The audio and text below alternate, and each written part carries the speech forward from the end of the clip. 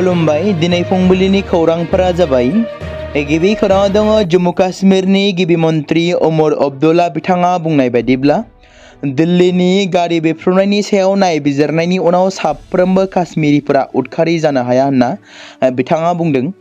जम्मु काश्मीरनि साफ्रोमबो थागिबिफोरा उदखारि नङा, साफ्रोमबो काश्मीरिफोरा उदखारिफोरखौ हेफाजाब होआ, खालि एसेल' सुबुंफोराल' बेयाव गोजोन आरो गोरोबलायनायखौ हेंथा होनो नाजादों होनना बिथाङा बुंदों।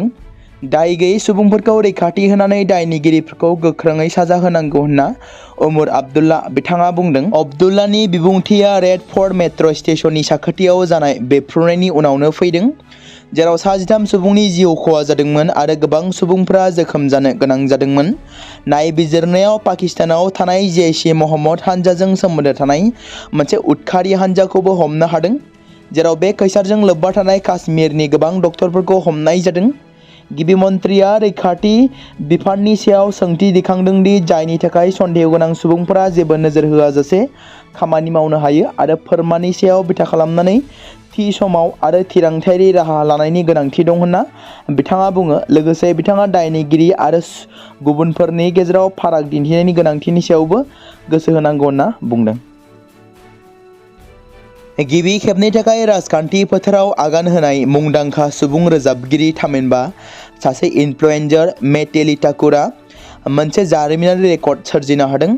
25 बोसोर बैसोआवनो मेटेलीआ दरभंगानि अलीनगर बियाबाव बीजेपीनि बिजाथि महरै गोबां भटजों देरहासार जानानै बिहार विधान सभा बिसायख'थिनि बयनिख्रुइबो उन्दैसिन एमएलए महरै जानो हादों। मख'नो गोनांदि अलीनगर बियाबनि थाखाय गोबाव समनिफ्रायनो बेरेखा दोलोनि आरजेडीनि गोख्रों गोहो महरै बिथाङा सिनायजादोंमोन। नाथाय मेटेली ठाकुरआ गावनि गोख्रों बादायारि आरो आरजेडीनि विनोद मिश्राखौ 11,730 भटनि बांसिन फारागथियाव फेजेननो हादोंमोन। बे देरहानाया मिथिला ओनसोलाव बीजेपी दोलोनि थाखाय मोनसे गोदान राजखान्थि आयदा जागायनायनि नेरसोन होदों। राजखान्थियाव आगान होनायनि सिगांनो मेटेली ठाकुरनि मुंदांखा जानाया जागायजेन्दोंमोन। बिहारनि मधुबनी जिल्लानि गंसे हारिमुआरि नखराव बिथाङा जोनोम मोनदोंमोन। मेटेलीआ गावनि बिफानिफ्राय भारतारि शास्त्रीय देंखो आरो सुबुं दामजुनि फोरोंथाय लादोंमोन। गावनि बिदा-फंबाय ऋषभ आरो आश्वजी ठाकुरजों लोगो नांनानै हादर आरो गुबुन हादोरनि गुबुन गुबुन जौसांफोराव मेटेलीआ खुगा मेथाइ आरो गोबांथार गावनि रोंग'थिखौ दिन्थिदोंमोन। थारैनो बर'नि माखासे राजखान्थिगिरिफ्रा एसटि होनो नागिरनायनि सायाव हेंथा बुङा नामा? थारैनो आसामाव थानाय मोन 6 हारिनो भारत सोरखारा एसटिनि थामोनथाखौ दिनैनि समाव होमारोब्ला बर'जों लोगोसे गासै थाखानाय ट्राइबेल सुबुंफ्रा खहा जामारनाय नङा नामा? बेबादिनो बिटिसिनि चिफ हाग्रामा महिलारि बिथाङा गोबां समफोरावनो एसटि होनांगौनि सायाव जेबो हेंथा बुंबोनायखौ नुनो मोनाखै, जेराव एसटि होनांगौनि थाखायसो मदद होबोनायखौ नुनो मोनबाय थादों। थारैनो सोरखारा मोन 6 हारिनो एसटिखौ फैबाय थानाय समाव होमारसिगोन नामा? दिनैनि दिनाव रावबो बर'नि राजखान्थिगिरिफोरखौ मोन 6 हारिनो एसटि होनो नागिरनायनि हेंथायै बाथ्रा बुंनायखौ नुनो मोनाखै, जेराव पजिटिभलि बाथ्रा बुंनायखौसो नुनो मोन्दों। बेबादिनो बावैसो सिगां थामहिनबा मैया आसाम एसेम्ब्लिनि बुंथिगिरि बिश्वजित दैमारियाबो ओरैबायदि बाथ्रा बुंदोंदि जेराव बिथाङा बुंनाय बायदिब्ला थाखानाय एसटिफोरनि खाबुफोरा जेरै दं बेबादिनो खालामनो हागोन होननानै बिथाङा बुंदों, जेराव मोन 6 हारिनो एसटिखौ होयोब्लाबो एसटिफोरनि खाबुफोरा जेरै दं बेबादिनो थागोन होननानै बिथाङा बुंदों। गोदानै मोन 6 हारिनो सोरखारा एसटिखौ होनो हागोन। नोंथांमोना बिश्वजित दैमारिनि बेबादि बाथ्रा बुंनायनि सायाव मा बुंनो सानो? नोंथांमोना बिश्वजित दैमारि बुंनाय बाथ्राखौ खोनासंनो हागोन। बिथाङा खौरांगिरि सिगाङाव मा बुंदों नोंथांमोना खोनासंलांनो हागोन। সমস্যাটো আমি সমস্যা বুলি সবে ল'ব লাগিব আৰু এই সমস্যা ধুনীয়াকৈ সমাধানটো হৈ যোৱাতে আমি সবেই বিচাৰিব লাগিব। গতিকে হেতুৰ কাৰণে চৰকাৰেও ব্যৱস্থা লৈ আছে, দল সংগঠনবিলাকো আলোচনা কৰি আছে। অকল তেওঁলোকে মানে প্ৰতিবাদ কৰিছে হেতু নহয়, তেওঁলোকেও পৰামৰ্শ দিছে। মই ভাবোঁ সবৰে পৰামৰ্শ সেইবিলাকক লৈ ফালে নিশ্চিতভাৱে এটা সমাধানৰ সূত্ৰ ওলাব পাৰিব, য'ত জনজাতিসকলৰ মানে যি আপোনাৰ মানে প্ৰটেকশ্যনৰ কথা কৈছে, সুযোগ সুবিধাবিলাক যি আছে সেইবোৰ বাহাল থকাৰ কথা কৈছে, নিশ্চয় সেইখিনি ব্যৱস্থাও হ'ব। আৰু নতুন জনজাতিসকলৰ যদি মানে কৰিব পৰা যায় নিয়মমতে, তেওঁলোকে নিশ্চয় মানে যি প্ৰয়োজনীয়তা আছে আৰু তেওঁলোকে জনজাতি হিচাপে যিখিনি প্ৰাপ্য সেইখিনি নিশ্চিতভাৱে চৰকাৰে সেইখিনিও কৰি দিব পাৰিব। গতিকে মই ভাবোঁ সেইকাৰণে এটাই আনটোক আমি দোষাৰোপ কৰি থাকিব নালাগে। এই সমস্যা সমাধান চৰকাৰৰ দ্বাৰাই হ'ব, কাৰণ সেইটো চৰকাৰী স্বীকৃতি। জনজাতিৰ স্বীকৃতি হ'ল চৰকাৰী স্বীকৃতি, সেইটো সাংবিধানিক স্বীকৃতি আৰু সেইটো চৰকাৰে কৰিব। তাৰ কাৰণে প্ৰক্ৰিয়া আছে, আমি প্ৰক্ৰিয়াটো অলপ চবে ৰ'ব লাগিব আৰু দিহা পৰামৰ্শ কিবা থাকিলে সকলোৱে আমি ভালদৰে দিহা পৰামৰ্শ দিব লাগে। আৰু মই ভাবোঁ তেনেকুৱাকৈ আমি আগুৱাই গ'লে নিশ্চয় কিবা এটা মেকানিজিম উলিয়াব পাৰিব, যিটো মেকানিজিমত জনজাতিখিনিও শংকিত হ'ব লগা নাই। নতুনকৈ জনজাতি যি ক'লে হ'ব, মানে তেওঁলোকেও মানে কাকো শংকা কৰিবলগীয়া নহয়। তো চৰকাৰ চবৰ কাৰণে, গতিকে চৰকাৰে নিশ্চিতভাৱে সকলৰ ভালৰ কাৰণে চিন্তা কৰিব। शिबसागर जिल्लानि सनपरायाव आयेन बेरेखा मुवा जब्द खालामनो हादों। मोनसे अपारेशन जागायदों जेराव शिबसागर जिल्लानि उफ्रा पुलिस सुपारिनटेन्डेन्ट मेहदुल इस्लामनि दैदेननायाव सनपरा तिनियालिनि पानी दुवार ओनसोलाव मोनसे अपारेशनखौ खालामनाय जादोंमोन, जेराव बे अपारेशनाव चेरकापारा पुलिस आउटपोस्टनि अफिसार इनचार्ज लावन बरुवानि दैदेननायाव बे अपारेशना जादोंमोन आरो मोनसे स्रोत सुलुंनि सायाव बिथा खालामनानै हानजाया ड्राग्सजों लोगोसे सासे लाइमोनखौ खानो हादों। हमजानाय ड्राग्स फालांगिरिनि मुङा फरहान आली। ड्राग्स फालांगिरि जगायग्रा सुबुंनिफ्राय 11.63 ग्राम ड्राग्स आरो 10,400 रांनि नोगोद रां जब्द खालामनो हादोंमोन। राङापारायाव रेलगारिजों सौग्रावनानै सासे सुबुंनि जिउ खहा जादों। बरसालानि बिस्कुटी गामिनि थागिबि कमरुद्दीन आलिया राङापारानि देकारगावसिम थांनाय गंसे पेसेन्जार ट्रेनजों सौग्रावनानै जिउ गोमादों। जाय सुबुङा बृहस्पतिबारनि फुंनिफ्रायनो गोमानानै दंमोन। मैया बेलासियाव बिथांनि गोथै सह'खौ राङापारानि टाकुरबारि रेलवे स्टेशननि साखाथियाव रेल लामानि साखाथियाव गोग्लैनानै थानायाव बोखांनो मोनो। थैनाय सुबुंखौ नुनायनि उनाव जायगानि सुबुंफोरा रेलवे बिबानगिरि आरो पुलिसनो खौरां हरो। थैनाय सुबुङा राङापारानि मुन्ना आनसारी मुंनि सुबुंनि हायाव गोबाव समनिफ्रायनो आबाद मावनानै आबाद मावबोगासिनो एबा गावनि थांना थानायखौ रुजुनगासिनो दंमोन, नाथाय बिथाङा दुखुनांथावै जिउ गोमायो। पुणे आरो बेंगालुरु राजालामायाव थानाय गंसे दालांनि साखाथियाव जानाय मोनसे गिख्रंथाव जाब्रबथायाव 9 सुबुंनि जिउ खहा जादों आरो 20निबो बांसिन सुबुंफोरा जोखोम जानो गोनां जादों। गंनै कन्टेनार ट्राकआ सौग्रावनानै गंसे गारिनि गेजेराव थाबथानानै अर खामदोंमोन। बे जाथाया गंसे ट्राकनि ब्रेक फेलार जानायनि जाहोनाव गोबां गारिफोरा सौग्रावफैयो। जोखोम जानाय सुबुंफोरखौ खाथि खालानि देहा फाहामसालिफोराव लानानै थांनाय जादोंमोन, जेराव गोबां सुबुंनि हालोदा गोब्राब हालोदाव दंमोन। अर आरो पुलिस बिफाना थाबैनो फिननाय होदोंमोन। अरखौ सामलायनो थाखाय कन्टेनारफोरनि गेजेराव थाबथानाय मोनसे गोब्राबै गारिखौ बोखांनो नाजादोंमोन। बोलि जानांनाय सुबुंफोरनि सिनायथिखौ दासिमबो रोखा खालामनो हायाखै आरो जाब्रबथायनि जाहोनखौ मिथिनो मोननो थाखाय नायबिजिरनाया सोलिगासिनो दं होनना मिथिमोनदों। बर' खुगा थुनलाइनि अजा सुकुमार बसुमतारिनि 29थि रुंसारि सान फालिदों। बाक्सा जिल्ला बर' थुनलाइ आफादनि सिङाव थानाय गुदि थुनलाइ आफादफोरा मैया बर' खुगा थुनलाइनि अजा सुकुमार बसुमतारिनि 29थि रुंसारि सानखौ फालिदों।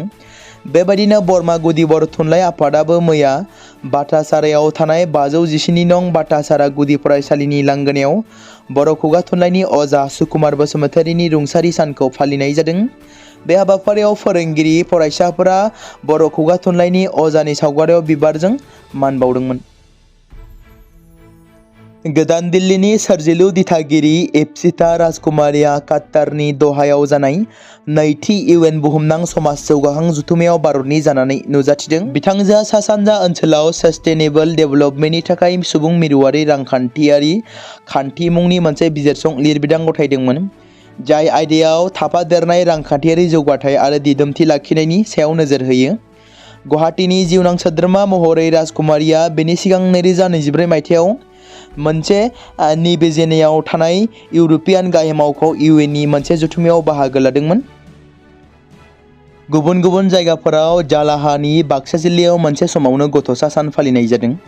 बे खेबाव गथ'सा सानखौ जरायानि अनन्त एकाडेमि जौसिन गेजेर फरायसालियाव मोनसे जुनिया आदबजों फालिनाय जादों। एकाडेमिनि फरायसाफोरा गाहाय फोरोंगिरि, गिबि मन्थ्रि, नखर मन्थ्रि, हारिमु मन्थ्रि, सावस्रि मन्थ्रिजों लोगोसे गुबुन गुबुन बिफाननि मन्थ्रिफोरखौ लानानै मोनसे सावराय मेल खुंदोंमोन। फरायसाफोरनि गेजेरजों हारिमुवारि हाबाफारिखौ लानाय जादों। बेनि अनगायैबो अनन्त डिफेन्स फर्स मुंनि मोनसे फर्स दानाय जादों। गासै आफादारि हाबाफोरखौ बेबादिनो सामलायनायखौ नुनो मोननाय जादों। बिबुंथियाव मन्थ्रिफोरा फैबाय थानाय समाव सोलोंथाइ फसंथानफोराव मावनो गोनां जौगाथाय खामानिफोरखौबो फोरमायदों। बे गासै जर'खा नाजानायखौ फसंथाननि गाहाय फोरोंगिरि डक्टर बाबे शर्माया फोरमायदों। बेजों लोगोसे 9 थाखोनि फरायसा जिनकिमनि मजुमदार, जाय बिथाङा सदननि गाहाय महरै जथुम्माखौ सामलायदोंमोन, बिथाङा हाबाफारिनि सोमोन्दै खौरां बिजोंनि सिगाङाव गोबां बाथ्रा बुंदोंमोन। दिल्लीनि लालकिल्लायाव बमा बेफ्रुनाय जाथायनि सायाव नायबिजिरनाया सोलिबाय थानाय समावनो दिल्लीनि बमा बेफ्रुनायजों सोमोन्दो थानाय बेफ्रुग्रा मुवाजों बुंफबनाय गारिखौ लानानै थांनाय उमर नबीनि न'खौ रैखाथि हान्जाफ्रा सिफायदों। बे खौरांखौ रैखाथि हान्जाफ्रा फोसावदों, जेराव उमर नबीनि न'आ जम्मू काश्मीरनि पुलवामा जिल्लायाव दंमोन। बेफ्रुग्रा मुवाजों बुंफबनाय हायुन्डाई i20 गारिखौ उमरआ सालायगासिनो दंमोन। बेफ्रुनाय जायगानिफ्राय बुथुमनाय DNA सेम्पलफोरा बिमाजों गोरोबनायनि उनाव बिथांनि सिनायथिखौ रोखा खालामनाय जायो। मख'नो गोनांदि जेसेबांनो नायबिजिरनाया सोलिनो हमदों एबा गोथौसिन जालांनो हमदों, एसेबांनो गोबां खारिथि सोराङाव फैगासिनो दं। फारसेथिं दिल्ली बमा बेफ्रुनाय जाथायनि सायाव नायबिजिरनाया सोलिगासिनो दं। काश्मीर, हारियाना, दिल्ली आरो उत्तर प्रदेशनि गोबां एजेन्सिफोरा गोख्रोङै बाहागो लादों नायबिजिरनायाव। बेजों लोगोसे उत्तर प्रदेशआव मेडिकेल कलेजनि सासे बिबुंगोरा, जम्मू काश्मीरनि मेडिकेल साइन्सनि सासे फरायसाजों लोगोसे आरोबाव 2 सुबुंखौ हमनाय जादों। बेबायदिनो मिरु सोरखारा फरिदाबादनि अल पलाह मुलुगसोलोंसालिनि गासैबो रेकर्डफोरखौ फरेनसिक अडिट खालामनो बिथोन होदों, जेराव बेफ्रुनाय जाथायजों लोब्बा थानाय गोबां दायनिगिरिफ्रा फरायदोंमोन आरो खामानि मावदोंमोन होनना सुलुङाव फोरमायदों। आमेरिकानि हादोरगिरि डनाल्ड ट्राम्पआ बुहुमनि मुंदांखा खौरां आफाद BBC नि हेंथायै गोख्रों गसंथेदों। हादोरगिरि ट्राम्पआ खौरां आफादनि हेंथायै 8,400 कोटी रांनि मानहानि गसर थिसननो गोसो जानायखौ फोरमायदों। ट्राम्पनि उकिलआ मोनसे डकुमेन्टारियाव हादोरगिरिनि बिबुंथिखौ एडिट खालामनायाव रागा जोंखांनायनि उनाव BBC नो आयेनारि नटिस हरदों। फोसावबिलाइयाव बुंनाय जादों दि जुदि BBCआ निमाहा बियाब्ला गसर थिसननाय जागोन। बेबादिनो फोसावबिलाइयाव राङारि खहा सुबुंनायनि दाबिखौबो सोफानाय जादों। मख'नो गोनांदि 2024 मायथाइयाव फोसावनाय बे डकुमेन्टारिया BBCआ थांनाय 6 जानुवारि 2021 आव होनाय हादोरगिरि ट्राम्पनि बिबुंथिखौ एडिट खालामनानै फोसावदोंमोन। मुंदांखा देंखोगिरि जुबिन गार्गनि जोनोम सान फालिनो थाखाय 18 नबेम्बर खालि मोनसे थै दान केम्प खुंनाय जागोन। बाथ्राखौ बुंदों गिबि मन्थ्रिया। बिथांनि 53थि जोनोम सानाव गं 53 जायगाफोराव थै दान होनाय केम्प खुंनाय जागोन होननानै गिबि मन्थ्रिया खौरांगिरि मेलनि गेजेरजों बुंदों।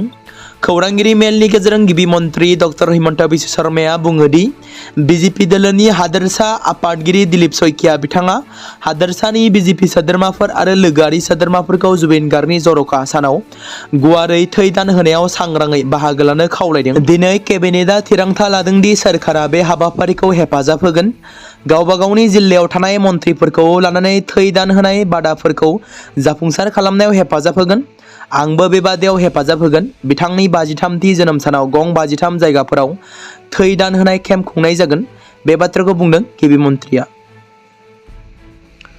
आसाम मुलुगसोलोंसालि सिलचराव थांनाय 10 नबेम्बर खालि खुंनाय 2025 आरो 26 बोसोरनि फरायसा आफादनि बिसायख'थियाव चिरां जिल्लानि आमगुरि 2 नं पाटाबारिनि एम.टेक एग्रिकालचार इन्जिनियारिं बिफानाव फरायफुबाय थानाय जोंसार बसुमतारिया लेङाइ आफादगिरि थामहिनबा भाइस प्रेसिडेन्टनि मासियाव देरहासार जानो हादों।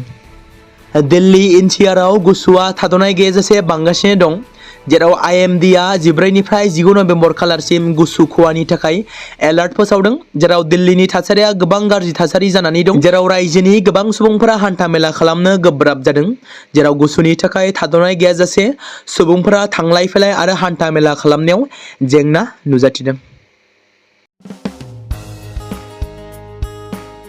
बे समाव मोनसे गोनां फोसावथाय बर' सावथुन नायनानै मोजां मोनग्रा गासै बर' रायजो राजाफोरनि गेजेराव लानानै फैदों मोनसे बर'नि OTT प्लेटफर्म गोनां, जाय प्लेटफर्मनि गेजेरजों नोंथांमोना बर'नि गोदान गोजाम सावथुनफोरखौ नुनो मोनगोन।